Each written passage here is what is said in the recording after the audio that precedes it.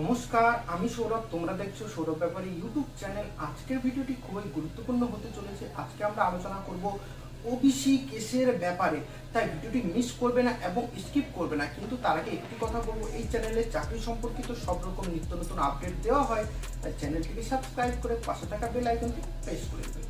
তাহলে চলো দেরি না করে শুরু করা যাক। দেখো, স্ক্রিনে কিন্তু তোমাদের দেখতে পাচ্ছ ওবিসি কেসের, কিন্তু আমি এখানে স্ক্রিনশট রেখেছি। কিন্তু আমি তোমাদেরকে একটা কথা বলি, সবাই কোয়েশ্চেন করছে ওবিসি কেসের হিয়ারিং কবে। ওবিসি কেসের হিয়ারিং কি 23 তারিখে?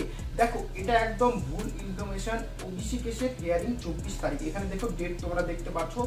এবং আমি তোমাদেরকে বলে দিই, দেখো মাননীয় মুখ্যমন্ত্রী এর আগে যে প্রেস কনফারেন্স করেছিলেন সেখানে কিন্তু তিনি বলেছিলেন যে তারা কিন্তু মানে যথাযথভাবে ফাইট করবে, অর্থাৎ তারা কিন্তু ওবিসি কেস মেটাতে চাচ্ছে। কিন্তু এখানে কিছু প্রবলেম এসে দাঁড়িয়েছে।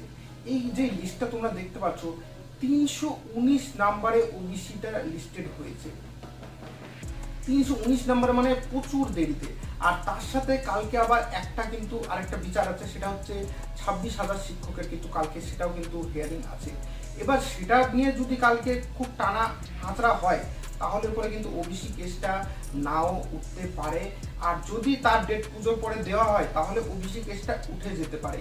কিন্তু আমি তোমাদের কাছে একটাই কথা এখন বলতে চাবো, আমার পার্সোনাল মতামত, ওবিসি কেসটা হয়তো একটু টানা হাতড়া হতে পারে। খুব কম চান্স আছে যে কালকেই মিটে যাবে, হয়তো পুজোর পরে ডেট করতে পারে।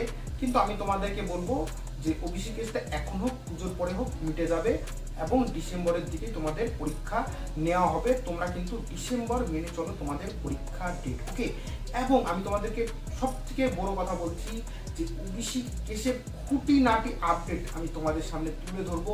তাই চ্যানেলটিকে এক্ষুনি সাবস্ক্রাইব করে ভিডিওটিকে তোমাদের বন্ধুদের সাথে শেয়ার করবে। ভিডিওটি দেখবার জন্য অসংখ্য ধন্যবাদ।